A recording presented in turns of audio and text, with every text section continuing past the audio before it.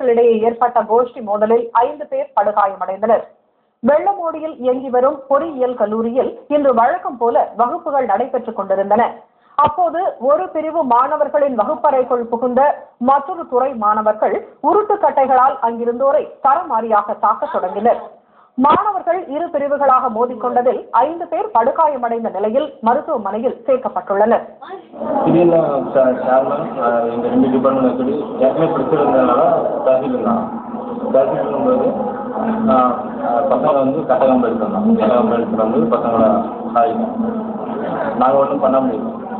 கல்லூரியின் உள்ளேயே மோதல் நிகழ்ந்ததால் உடனடியாக அங்கிருந்து மாணவர்கள் வெளியேற்றப்பட்டனர்.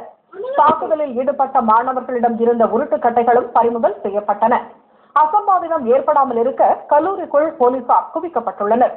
வகுப்பறைக்குள்ளேயே மாணவர்கள் மோதிக்கொண்ட சம்பவம் அப்பகுதியினரிடையே பரபரப்பை ஏற்படுத்தியுள்ளது.